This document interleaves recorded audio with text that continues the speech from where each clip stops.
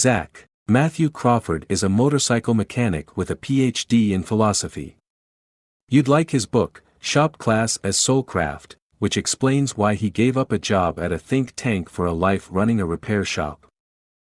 Deep and productive reflection, he writes, often starts when we get our hands dirty. In science, many pivotal theories about the world began not with theorists at blackboards, but with skilled craftsmen in workshops. In the early 19th century, at a time when physicists were chasing mistaken theories of heat down blind alleys, mechanics were busy perfecting the steam engine. By trial and error, they figured out how heat, power, and pressurized air interacted in the belly of an engine, which led to the thermodynamic theory of heat, still taught in schools today. Crawford's point is this: when you get your hands dirty, you often develop valuable ideas about how the wider world works. Everyone has theories about how the world works. If we're open to the possibility that we might be wrong, and we adjust our thinking based on what we learn, then over time our theories become stronger and we can have more justified confidence in our ideas. The right way to reflect on our lives isn't too different from the scientific method. Start with a hypothesis, and then, no matter how good it makes you feel, no matter how commonsensical it sounds, no matter whose authority you have to back it up, test it. Test it honestly. Test it ruthlessly. See how it stands up to the facts of the world. Then let the results of that test, whether they affirm or contradict your hunch, shape your understanding. We can learn a lot about building strong ideas if we think a bit about the history of science. Sciences in their early stages are often riddled with errors. What's difficult about this is that they are riddled with errors that are, in their time, supported by most of the scientists working in the field, and this is as true of theoretical as it is of applied sciences. For hundreds of years, surgeons' single most common treatment was bloodletting. It was believed to cure everything from fever to insanity to acne. George Washington might have enjoyed more than a 2-year retirement if 3 doctors hadn't contributed to killing him by draining too much of his blood to cure a sore throat. When the science of the brain was still in its infancy, doctors believed they could discover your personality by feeling the shape of your skull. You can still find 19th century brain maps that chart a different personality trait for each bump on your head: benevolence near your forehead, acquisitiveness just above your ear, philoprogenitiveness, the bump that determines if you want to have a lot of children, toward the back. Today, scientists map the brain with more advanced tools, but we're still a long way from understanding the links between the physical structure of the brain and the character of the person who carries it in her head. Artillery, as you know, is something of a science, but in its early days it was often a deadly game of chance, full of primitive cannons exploding without warning. King James II of Scotland was killed when he tried to fire a new cannon called the Lion. His thigh bone was dug in two with a piece of a misframed gun that brake in shooting, by the which he was stricken to the ground and died hastily. New sciences still feel growing pains. The study of nutrition, for example, is still in its infancy. My guess is that we may understand only a little more about nutrition today than the doctors who killed George Washington understood about blood. It used to be that scientists thought that eating fat led people to get fat. For many years it was nutritional dogma that a calorie is a calorie is a calorie.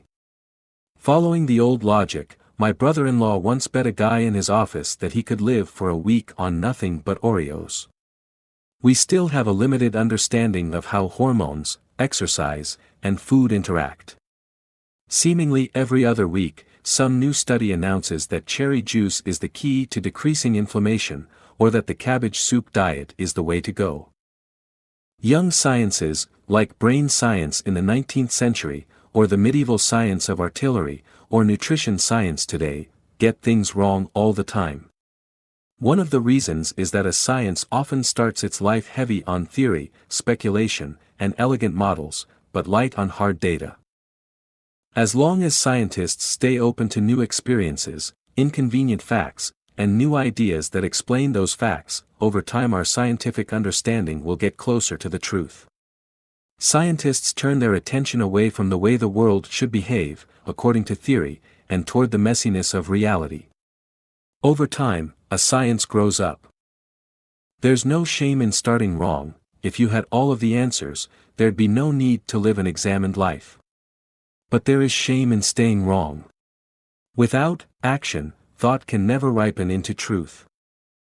Ralph Waldo Emerson. You're still figuring things out, Walker. So am I, we all are. And like a scientist, if you have theories but never test them, two things will happen. 1. You'll have bad ideas. That's not so bad.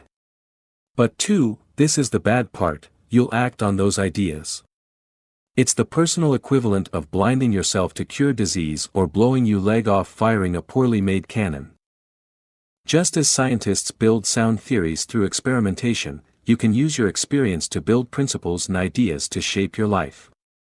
But to do this, you need to do more than just hypothesize and more than just act. You have to reflect on your experience. And it's here, in reflection, where our culture is perhaps at its weakest relative to the ancients. Compared to the ancients, we live lives that are glutted with opportunities for distraction. Think about travel. For most of history, travel meant walking or, if you were extremely lucky, riding on a horse or in a boat. Without radio or phones or the internet, you were alone with your thoughts, one foot in front of the other, mile after mile. Now, it's not as if everyone in the past who took a long, undistracted walk spent it pondering the meaning of life or the existence of God. But it did mean that there simply wasn't much else to do other than think. Reflection wasn't something you had to set aside time for, it was a natural part of every day. What would you reflect on if you had hours to fill with nothing but your thoughts? Mostly, I'd guess, practical things, business to pursue, a piece of advice to give your child, memories and stories to pass the time. But somewhere in the course of those hours, maybe by accident, maybe by design, you'd have occasion to think about times when you've lived well or badly. You might consider the times of pleasure and pain in your life. You might come across thoughts about the mistakes, achievements, and joys of others. Whether or not you had a word for it, you'd find yourself reflecting on how to live. And if you found these kinds of thoughts especially valuable, you might think about how to deliberately make reflection a habit of your life. In 3rd grade, I got my first job working for Roger Richardson. Roger and his wife, Anne, were neighbors whom I'd known my whole life. Anne had been my kindergarten teacher, and Roger hired me to help him with his yard. Eventually I took over mowing his lawn, and soon I started a little business mowing lawns around the neighborhood. In the winter, I'd shovel snow. I remember coming to enjoy the work for a lot of reasons, the pay, of course, and the sense of satisfaction that come from a freshly cut lawn or a clear driveway, but I also came to enjoy the time I had to think. It didn't take a lot of mental effort to push a lawnmower or shovel snow, so while my body went back and forth across the lawn or up and down the driveway, my mind could go wherever it wanted. I often found that I thought cleaner and more deeply when I was working than I did at any other time. Action in the world, and reflection on it, go hand in hand. You can't just sit down in a room and puzzle out your life. To reflect well, you need something to reflect on. There's a famous story about the Buddha that gets at this point. The Buddha began life as a sheltered prince, protected behind the high walls of a palace and sealed off from the suffering of the world. It was only when he escaped the palace walls and saw, for the first time, an old man, a sick man, and a dead man that he decided to set out on the path that led him to wisdom. The Buddha's insights didn't come from his time of comfort and isolation. They came from his engagement with the hard facts of the world. We're often taught that thinking and reflection are synonymous. They aren't. We don't need to draw too fine a distinction here. This is a point about life rather than semantics, but generally speaking, when we reflect, we are processing the meaning of something that we have learned or experienced. Often our reflections then guide our future actions. Reflection is the kind of thinking that demands far more than intelligence. It demands, for instance, a certain kind of humility and courage. It requires the humility to recognize that you might have been wrong in the past, that you might be wrong today, and that you are certainly going to be wrong in the future. It takes the courage to be attentive to and honest about your own faults. And it takes a mind orderly enough and undistracted enough to enjoy its own company. To reflect well requires some virtue. Walker, you've already been reflecting. You've been reflecting in your letters and in our conversations. The other day you wrote to me, I've learned more about myself in the last 2 months than I have in the last 10 years. When we talked you said, I realized the other day, when I was thinking about the fact that I couldn't lose weight, I had the sciatica issue. I wasn't motivated when I was injured. I got going good on my diet, then I got sick. I fell off. But then I got remotivated when I started to think about my identity. Who am I? How do I identify myself? Now I've got a picture in my mind's eye of who I want to be, and I can feel the strength coming back. I am now becoming a complete man, a new individual. I was in one of my AA meetings, and I was sitting there, and it was like I was watching myself from the outside. And it's powerful. I'm surprising myself, because I feel like the wisdom is coming out. I don't even really know how to explain it, but it's working. I can tell when I'm talking that it's getting through to other people too. Not only is what I'm saying helping me, but I can tell that what I'm saying is accepted and understood and beneficial to the people around me and right across from me. Walker, watching yourself from the outside is reflection. And here's the thing, most people can do this. Most people can do this very well. But too few of us actually start. A lot of people talk too much. Especially when they are trying to learn, they ask too many questions. I was once training a young kid in boxing. I was a young kid myself, and after every punch he wanted to stop, put his fists on his hips, and ask me a question. Finally, he asked me something about sparring, and I just said, the answer to your question is in the heavy bag. A lot of people need more work and less talk. More action, less complaining. We need to hear less about their feelings and see more of their effort. That's not your problem, Walker. You are a person of intensity in almost everything you do, and, if anything, you could use some structured, healthy reflection to guide your actions. Even as I write this, I realize that guide your actions is almost equivalent to writing guide a tornado. But just as talk minus action equals nothing, action minus thought can lead to disaster. And that, disaster, is how you've described where you were a few months ago, so let's think about how to reflect well. Where do you start when reflecting on your experience? Let's make it simple. You can start with this question, who do I want to be? If you have an answer to that question, everything flows from it. If you have a sense of the person you are trying to create, then you will know better, in any given situation, what to do. But let's not pretend that question has an easy answer. It takes a lot of hard thinking to work toward an answer, and you can't put your entire life on hold while you're trying to figure it out. So make it simpler still. Ask yourself, what am I aiming to do? What do I want to make happen? If you want to use military language, ask yourself, what is my mission in this moment? It's often hard to know exactly what you're aiming at.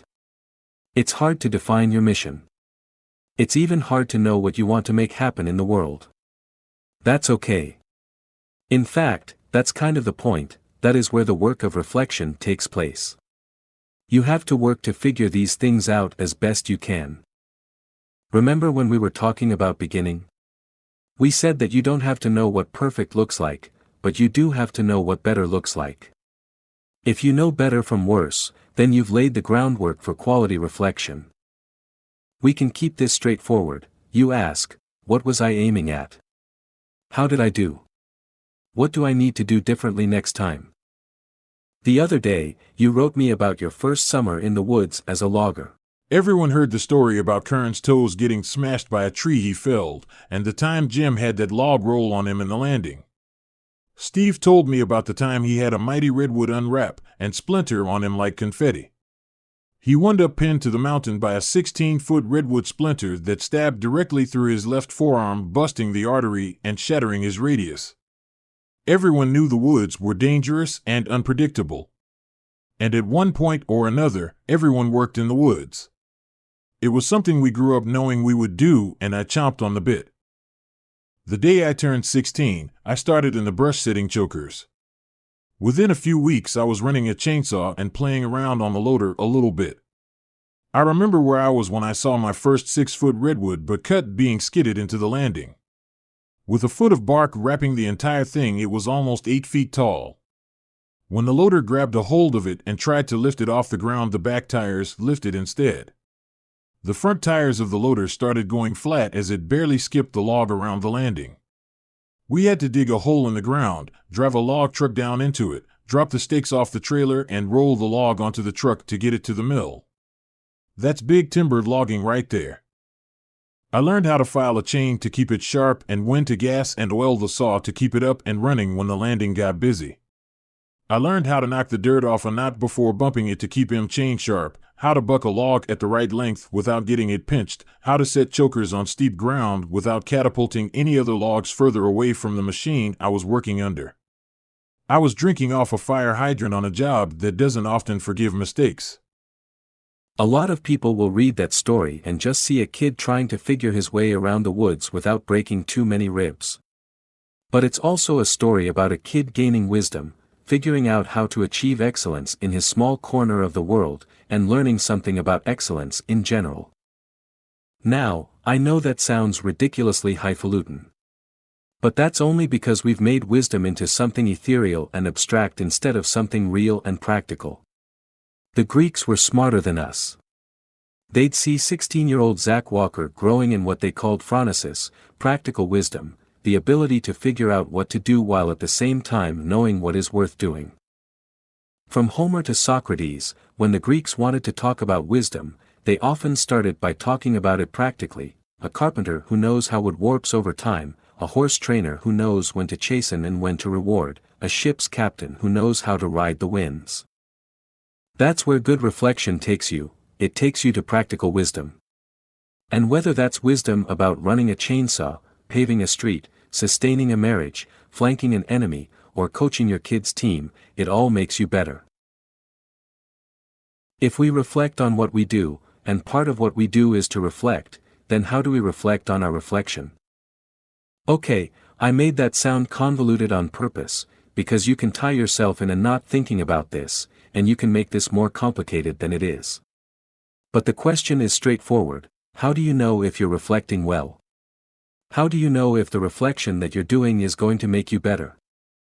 The gold standard for good reflection is simply that it allows you to plan well. And planning leads to thoughtful action. It works like this: you act. You reflect on your action. You plan based on your reflection. Then you do it again. Act. Reflect.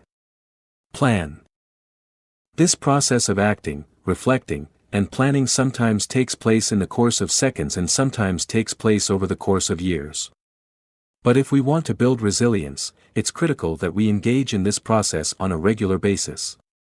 If we build a habit of quality reflection into our lives, we will be able to consistently respond to hardship, error, pain, difficulty, and disorder in a way that makes us stronger.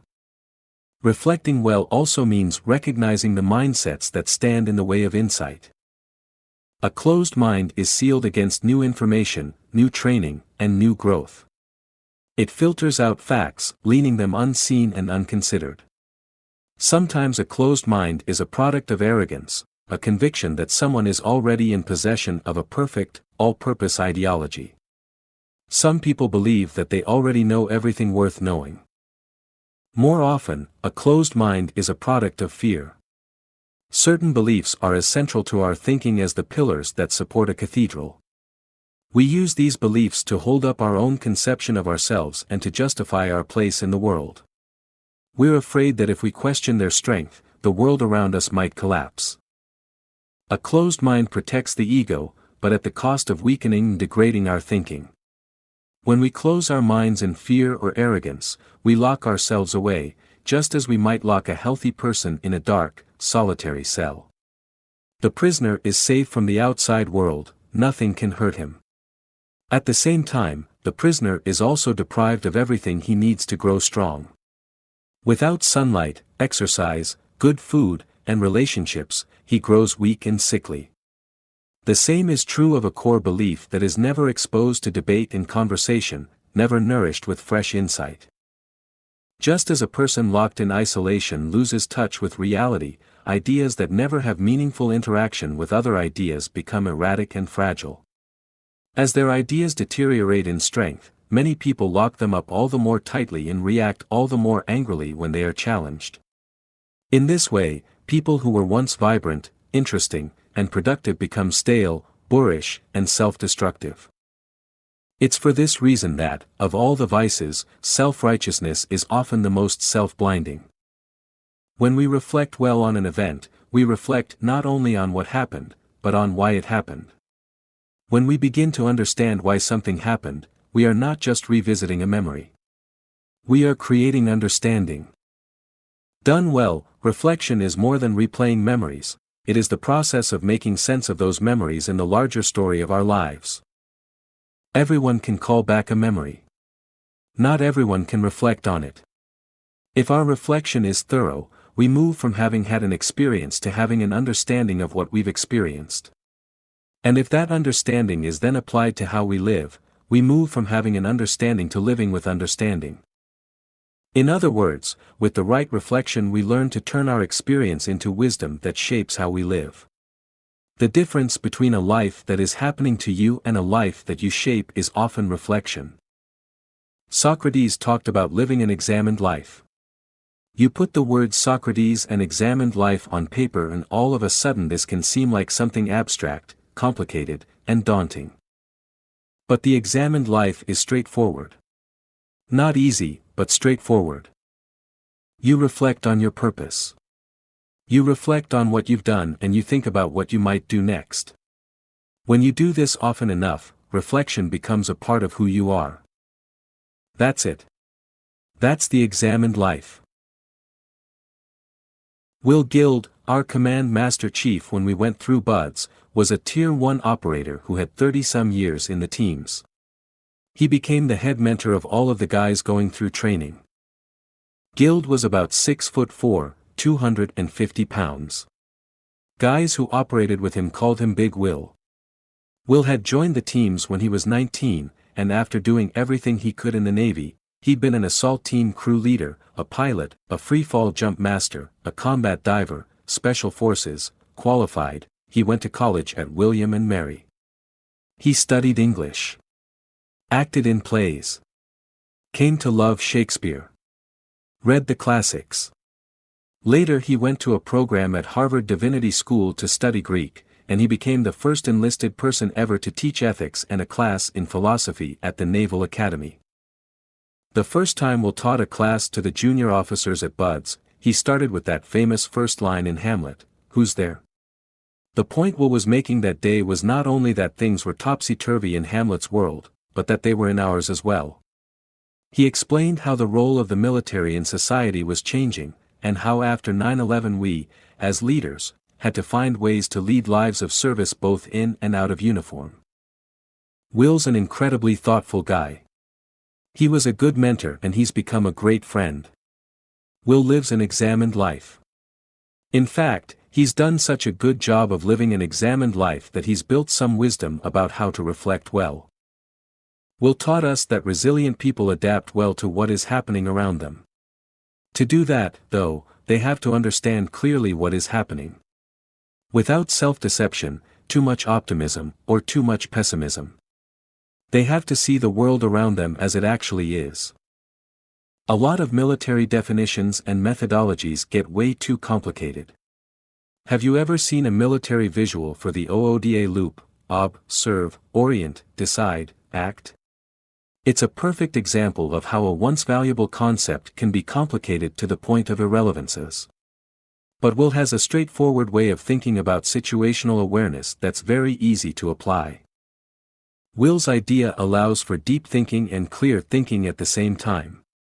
He says that there are 4 questions you have to answer to be situationally aware. First, why am I here? The answer might be, to conduct a reconnaissance mission of a suspected terrorist target.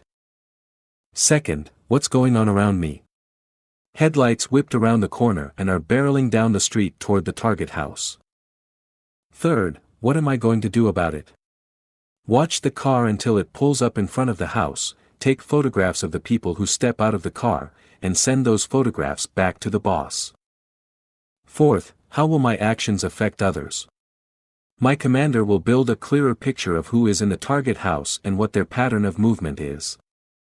These 4 questions apply to almost any situation. For example, first, why am I here? To have a productive conversation with my wife, and to show her that I love her. Second, what's going on around me? She's mad at me because I've screwed up again, I was tired after training, was short with her, and I'm also home late again. Third, what am I going to do about it? Apologize. Tell her that I was wrong. Give her a hug and let her know that I love her, respect her time, and want to be a good husband. 4. How will my actions affect others? If I apologize sincerely, she may forgive me, and we can have a good night together. Next time, I can pause before I snap. The model begins with you. To understand your surroundings, you need to start by understanding why you are there and how you fit in the picture. Next, you need to understand what is happening around you. But that's not enough, because you aren't a passive observer, you are part of what is happening around you. So you need to reflect on what you should do and on how what you do will shape your environment. If you can effectively answer all 4 questions, you have real situational awareness. Each question allows for a quick answer or for deep and extended analysis. The depth to which you pursue each answer depends on what the situation calls for. Why am I here? To strengthen my upper body. Why am I here? To pave this driveway. Why am I here?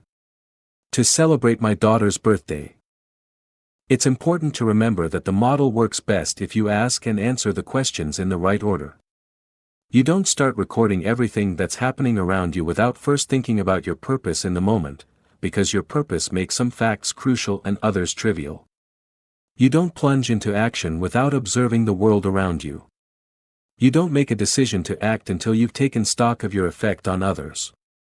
Each answer becomes stronger and makes more sense when you have a good answer to the previous question. Try it. Think about a situation. Answer the 4 questions. Why am I here? What's going on around me? What am I going to do about it? How will my actions affect others?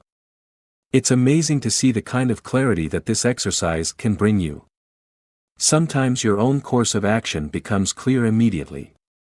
Other times you realize that you don't fully understand what's happening around you, or you don't fully understand how your actions will affect others. That knowledge in and of itself can help you to learn more and to act better. When you do this enough times, this way of thinking can itself become a habit.